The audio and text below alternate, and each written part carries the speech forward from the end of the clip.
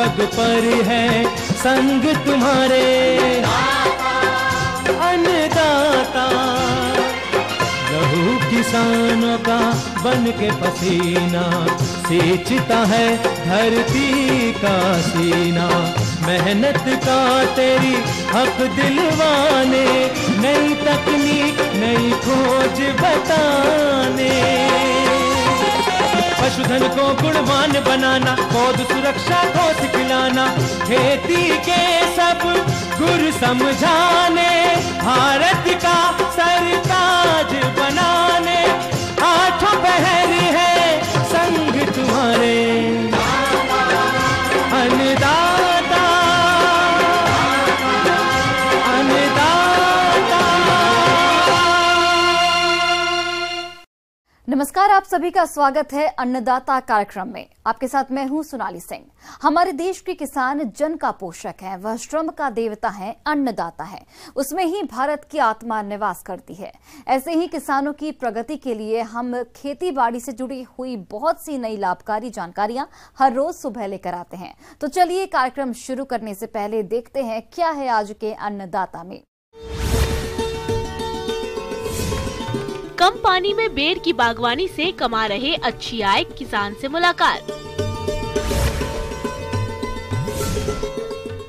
अधिक अंडा उत्पादन के लिए मुर्गियों को खिलाएं संतुलित आहार।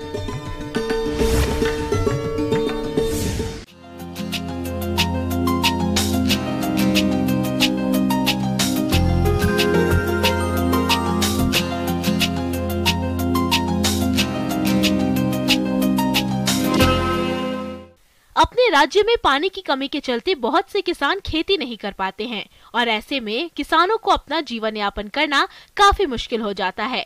लेकिन आज हम गांव भैराणा, जिला जयपुर के ऐसे सफल किसान सुरेंद्र रवाना से मिलवाने जा रहे हैं, जिन्होंने पानी की समस्या को देखते हुए बेर का बाग लगाया और आज वे बेर के बाग से अच्छा फलों का उत्पादन ले रहे हैं। तो बेर की सफल बागवानी का राज क्या है, आइए जानते हैं खुद इन्हीं से।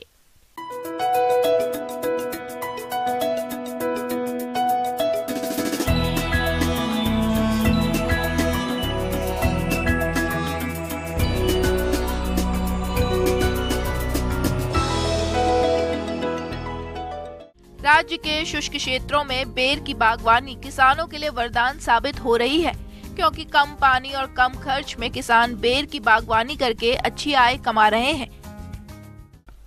देखिए, अपन खड़े हैं, ये बेर का बगीचा है। ये 1 बीघा में करीब 100 पेड़ हैं, जिसमें गोला और उमरान 2 वैरायटी इसलिए लगाई हैं कि गोला ये करीब 15 जनवरी को पकना शुरू हो जाता है और 15 जनवरी से ये चलेगा फरवरी एंड तक, 1.5 महीने। और फिर 15-20 फरवरी के बाद उमरान पकना शुरू हो जाएगा, जो लगभग 31 मार्च के बाद तक चलेगा। यानी ये दोनों वैरायटी अगर किसान लगाता है तो उसको 3 महीने तक फ्रूट मिलेंगे। ये 20 बाय पौधे से पौधे की दूरी है 20 फीट और लाइन से लाइन भी 20 फीट है। और सबसे बड़ा फायदा ये है कि इसको पानी कम चाहिए और दूसरी लेबर और खाद भी कम चाहिए। बेर के बाग में इनको अधिक कुछ कार्यों को करने की जरूरत नहीं रहती और कम मेहनत में इनको बेर के बाग से अधिक फल उत्पादन मिल रहा है।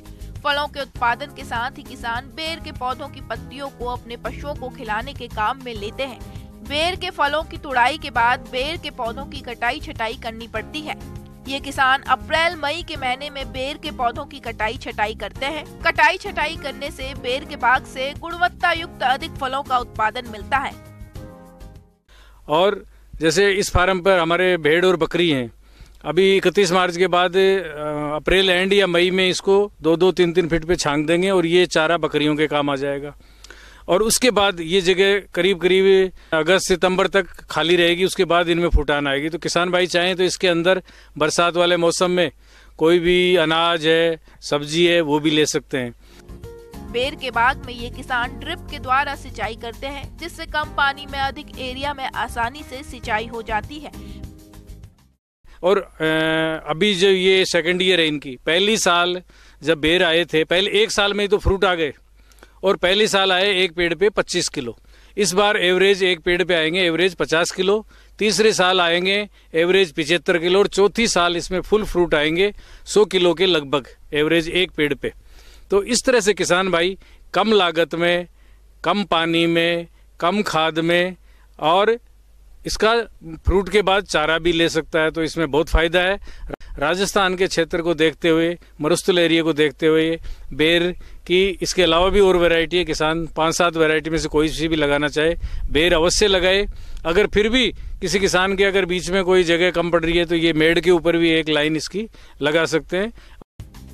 किसान भाइयों, यदि आप भी बेर की बागवानी करना चाहते हैं तो उन्नत किस्मों का चयन करके कम पानी में बेर की बागवानी करके अच्छा उत्पादन ले सकते हैं। और सबसे बड़ा फायदा ये है कि इसको पानी कम चाहिए और दूसरी लेबर और खाद भी कम चाहिए।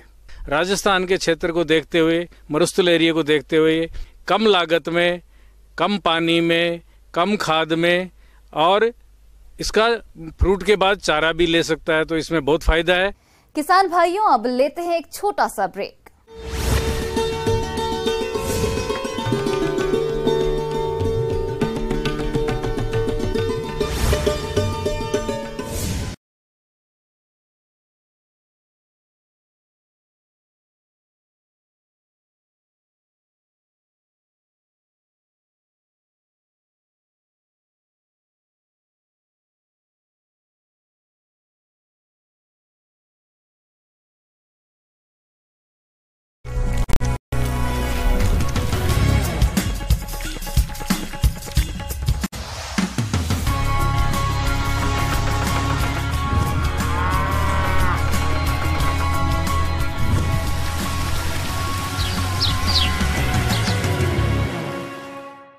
ब्रेक के बाद आप सभी दर्शकों का अन्नदाता में स्वागत है।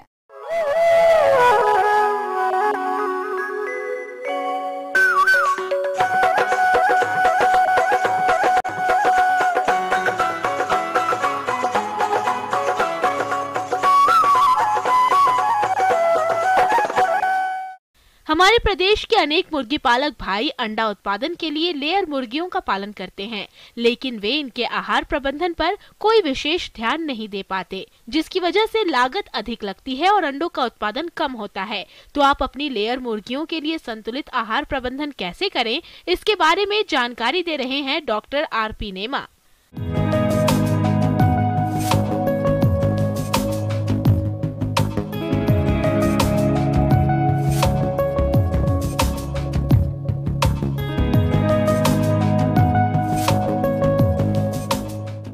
किसान भाई अधिक अंडा उत्पादन करने के लिए व्यावसायिक अंडा देने वाली लेयर मुर्गियों को पालते हैं और इनसे अधिक मात्रा में हमको अंडा प्राप्त करने के लिए उनके पोषण पर ध्यान रखना बहुत आवश्यक है। लेयर की जो अवस्थाएं हैं आहार के लिए वो इस प्रकार है। पहला स्टार्टर या चूजा जो 1 दिन से लेके 8 सप्ताह तक की आयु की मुर्गियों की होती हैं। 8 सप्ताह के बाद 20 सप्ताह तक उनको ग्रोवर फेज में बांटा गया है और 20 सप्ताह से लेके अंडा उत्पादन समाप्त करने तक, जो कि सामान्यतः 65 सप्ताह से लेके 82 या 90 सप्ताह तक का लेइंग साइकिल होता है, तब तक हम मुर्गियों को लेयर दाना देते हैं। मुर्गी पालकों को चूजों से लेकर अंडा उत्पादन तक की अवस्थाओं पर विशेष ध्यान देना चाहिए। यदि आप थोड़ी सी भी लापरवाही करते हैं तो अंडा उत्पादन में भारी गिरावट आ सकती है, जबकि मुर्गी पालन में 70% खर्चा आहार प्रबंधन पर ही आता है। इसलिए आहार प्रबंधन पर अधिक ध्यान देने की जरूरत होती है। चूजों को पहली खुराक अंडे से निकलने के 48 घंटे बाद दी जाती है।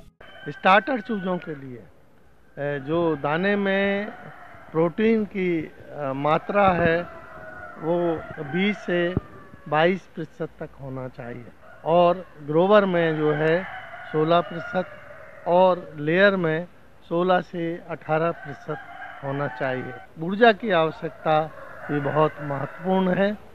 चूजों में 3000 किलो कैलोरी ऊर्जा देना चाहिए और ग्रोवर में इसकी मात्रा 2400 से 2600 किलो कैलोरी ऊर्जा की आवश्यकता होती है। तीसरा और आखिरी लेयर राशन, यह 20 सप्ताह से ऊपर की मुर्गियों को दिया जाता है। इसमें प्रोटीन की मात्रा 16 से 18%, ऊर्जा 2400 से 2600 कैलोरी प्रति किलोग्राम और कैल्शियम 3 से 3.5% होनी चाहिए। इनका चूजों का आहार बनाने के लिए हम पीली मक्का का उपयोग करते हैं। पीली मक्का की मात्रा इसमें 45 से 53% तक रख सकते हैं। इसके अलावा जो राइस पॉलिश है वो 8% से 10% तक इसका उपयोग कर सकते हैं। सोयाबीन मील जो है उसकी मात्रा 23 से 28% तक हम रख सकते हैं। मछली है, ज्वाला मछली है, यदि हम उपयोग करते हैं तो चूजों में 8 से 10% तक दे सकते हैं। इसके अलावा जो मिनरल मिक्सचर है वो 2 से 2.5% तक इसमें दे सकते हैं। इसके अलावा विटामिन्स हैं, vitamin A, D3, E, K, vitamin B1, B2, B6, 12 and choline chloride वगैरह। ग्रोवर दाने में मक्के की मात्रा कम करते हैं, 40% तक रखते हैं। राइस पॉलिश और डिआइल्ड राइस पॉलिश की मात्रा हम 20 से 30% तक कर सकते हैं।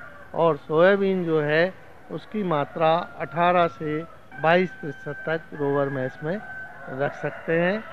जो मछली है उसको 6% तक देते हैं। इसमें चूजों के जैसे ही मिनरल्स और विटामिन मिक्सचर दिया जाना चाहिए। अब लेयर आहार सूत्र के लिए हम मक्का की मात्रा जो है 45 से 53% तक देते हैं। राइस पॉलिश जो है 8 से 10% तक रख सकते हैं। सोयाबीन मील जो है उसको हम 23 से 25% तक देते हैं।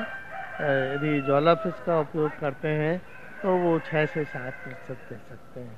इसके अलावा इसमें मिनरल मिक्सचर 2.5% पर सीपी का चूर्ण इसमें अलग से मिलाया जाता है जो 3.5 से 5.5% तक मिलाया जा सकता है। नमक की मात्रा जो है वो 0.3 से 0.5% तक मिलाया जा सकता है। इसके अलावा मिनरल्स और विटामिन मिक्सचर मिलाना चाहिए। मुर्गी पालक भाइयों, इस तरह आप आहार का मिश्रण स्वयं घर में तैयार कर सकते हैं। अब बात करते हैं कि आप अपनी मुर्गियों को दाना मिश्रण कितनी मात्रा में खिलाएं जिससे आपको अधिक अंडे का उत्पादन मिल सके। इसके साथ ही खिलाते समय क्या क्या सावधानियां रखनी चाहिए, इन पहलुओं पर खासकर ध्यान देने की जरूरत होती है। और आहार परोसने के लिए लेयर के लिए दिन में 2 बार चूजों को भोजन देना चाहिए। कम से कम 2 बार भोजन देना चाहिए। चूजों में 1 सप्ताह की उम्र में करीब 13 से 15 ग्राम दाना प्रतिदिन के औसत के अनुसार आवश्यकता होती है। ये जैसे जैसे उम्र बढ़ती है इसकी आवश्यकता बढ़ती जाती है। 8 सप्ताह की उम्र में इनकी आवश्यकता 40 से 50 ग्राम तक होती है। 20 सप्ताह की उम्र पर जो ग्रोवर मुर्गियां हैं उनको 80 से 90 ग्राम आहार की आवश्यकता होती है। लेयर मुर्गियों में ये आवश्यकता बहुत धीरे धीरे बढ़ती है और इनकी आवश्यकता 80 ग्राम से बढ़ते बढ़ते 120 से 130 ग्राम तक बढ़ती है और पूरे लेइंग पीरियड में इनकी औसत आहार खपत जो है वो करीब 110 से 120 ग्राम प्रति मुर्गी प्रति आवश्यकता होती है। इनका प्रति दर्जन अंडा उत्पादन के लिए करीब 1.7 से 1.8 किलो आहार की आवश्यकता होती है, जबकि प्रति किलो एग मास के लिए इनको 2.5 किलोग्राम आहार की आवश्यकता होती है। आगे और भी हैं खेती बाड़ी से जुड़ी हुई बहुत सी रोचक जानकारियां। यहाँ रुकेंगे एक और छोटे से ब्रेक के लिए।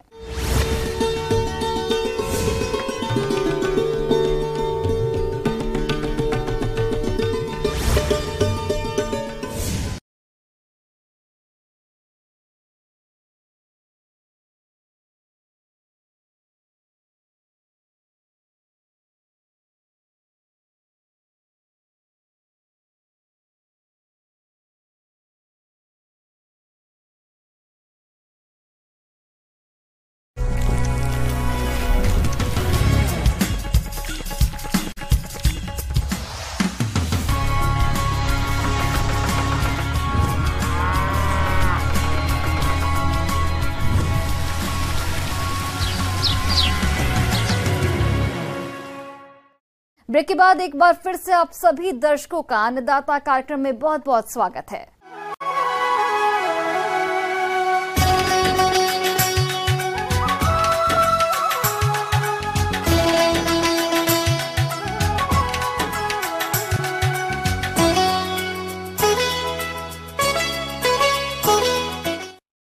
मसाला फसलों में धनिया अपना एक महत्वपूर्ण स्थान रखता है। इसकी खुशबू और स्वाद के कारण इसे सब्जी में मसालों के साथ प्रयोग में लाया जाता है और धनिया की फसल से अधिक उत्पादन लेने के लिए इस समय फसल की विशेष देखरेख करने की जरूरत है।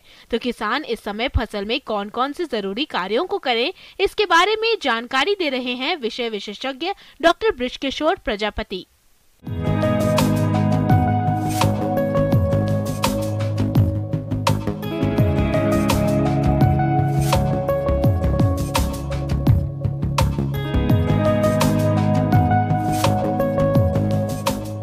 और आज जो है हम धनिये में जो बीज उत्पादन प्रोग्राम होता है, तो जैसा कि हम सभी जानते हैं कि धनिये का जो फसल है बीज उत्पादन के लिए ठंडी के मौसम में उगाई जाती है और शुरुआती दिनों में जो है पौधे की बढ़वार के लिए, वेजिटेटिव ग्रोथ के लिए जो होता है ठंडे मौसम की ज़रूरत होती है। परंतु जब हम बीज उत्पादन के लिए काम करते हैं तो फरवरी और मार्च का महीना जो होता है, जब पुष्प और दाने बनते हैं, उस समय जो होता है मौसम जो होता है शुष्क होना चाहिए और थोड़ा तापमान अधिक होना चाहिए और ठंडा होना चाहिए। इसके अलावा जो होता है जो पुष्प और दाने बनने के समय जो होते हैं क्लाउडी वेदर नहीं होना चाहिए, कोहरे नहीं पड़ने चाहिए, पाला नहीं गिरना चाहिए।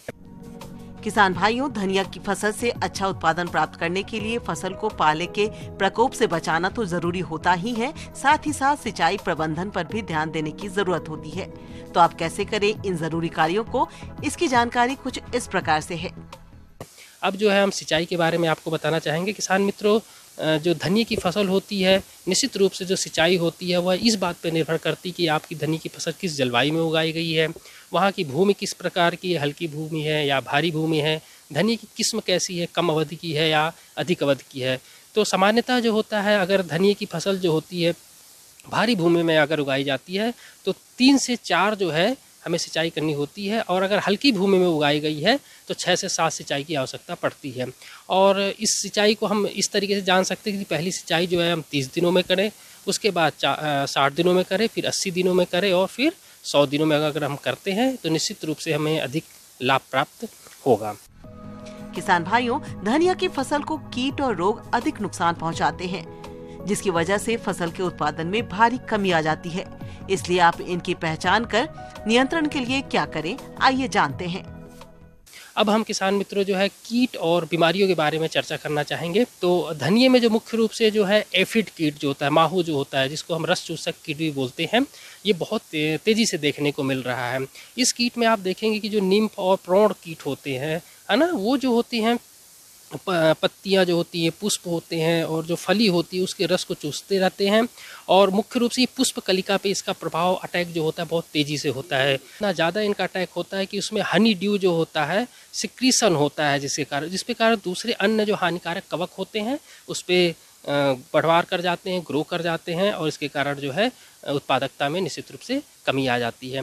तो इसके नियंत्रण के लिए जो है किसान मित्रों, मैं आपको बताना चाहूँगा कि जैसे हमारे पास जो है जैविक अगर संभव है तो जैसे नीम का तेल होता है 2% की दर से हमें छिड़काव करना होता है। घर में संभव हो तो जैविक चीज़ें जैसे निम्नास्त्र हो गया, ब्रह्मास्त्र हो गया, अग्नि अस्त्र हो गया, तो इनकी जो होती है 2 लीटर जो है 100 लीटर पानी में घोलकर अगर हम छिड़काव करते हैं तो कम लागत में हम निश्चित रूप से अधिक लाभ प्राप्त कर सकते हैं। और अगर हम रासायनिक कीटनाशकों की बात करें तो रासायनिक कीटनाशकों में जैसे कि इमिडाक्लोपिड आता है, अगर पानी में घोल कर हम छिड़काव करते हैं तो निश्चित रूप से जो है हम इस कीट को नियंत्रण कर सकते हैं और अधिक लाभ प्राप्त कर सकते हैं। बीमारियों के रूप में अगर मैं आपको बात करूँ तो धनिया में जो है मुख्य रूप से जो सबसे बड़ी धनिया की फसल में देखने में आती है पाउडरी मिल्ड्यू। यह बहुत ही आसानी से आप पहचान सकते हैं कि आपके खेतों में जो होगा पत्ती होंगी, पत्ती के डंठल होंगे, पुष्प होंगे, पुष्प कलिकाएँ होती, फल इस पे जो सफ़ेद सफ़ेद पाउडर नुमा संरचना आपको देखने को मिलेगी। यह निश्चित रूप से जो होता है जनवरी के मंथ में, फरवरी के मंथ में बहुत ज़्यादा देखने को मिलती है।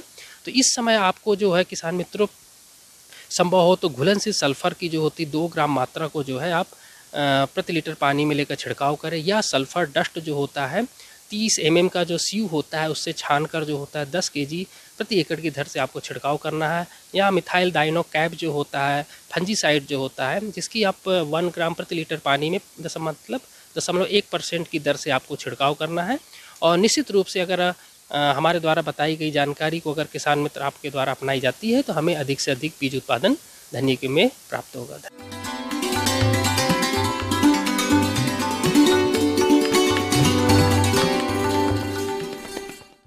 आइए जानते हैं अन्नदाता निःशुल्क फोन के माध्यम से पूछे गए समस्याओं का समाधान। अन्नदाता निःशुल्क फोन संपर्क सेवा के माध्यम से पूछे गए प्रश्नों में से आज हमने जिस प्रश्न को कार्यक्रम में शामिल किया है उसे पूछा है ग्राम सुनारी, जिला भरतपुर के कृषक रामचरण सिंह ने। ये अलसी की फसल में कीटों के नियंत्रण के बारे में जानकारी चाहते हैं। तो रामचरण सिंह जी, आपकी जानकारी के लिए प्रस्तुत है कार्यक्रम का ये अंश।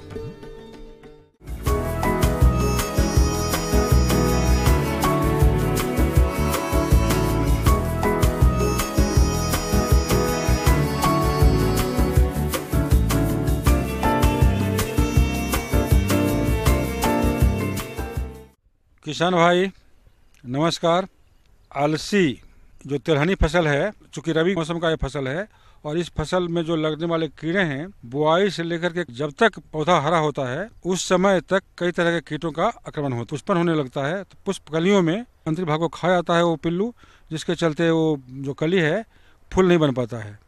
अब फूल नहीं बनता तो उसमें दाने भी नहीं पड़ेंगे और जब फलियाँ बनने लगती हैं उस समय भी फली छेदक के रूप में, जिसको हेलिकोबैक्टर बीजा के नाम से जानते हैं, इसका अभिकरण होता है।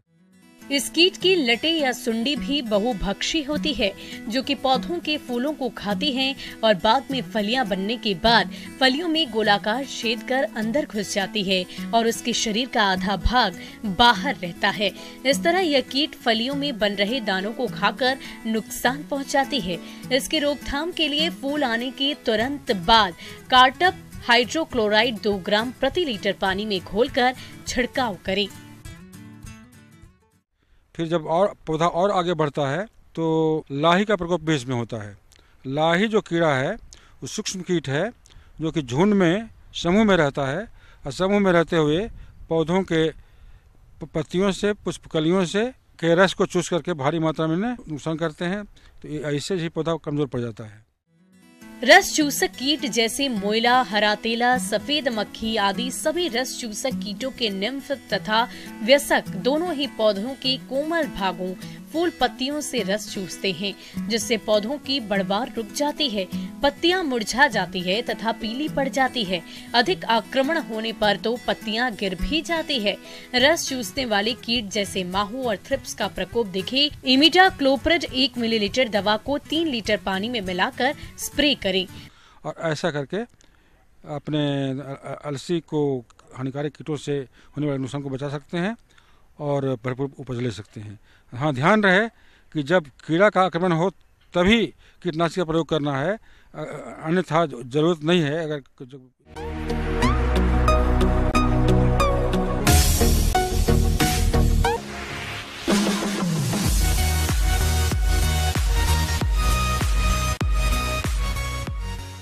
एक नजर डालते हैं राज्य के कुछ मंडियों के प्रमुख फसलों के बाजार भाव पर।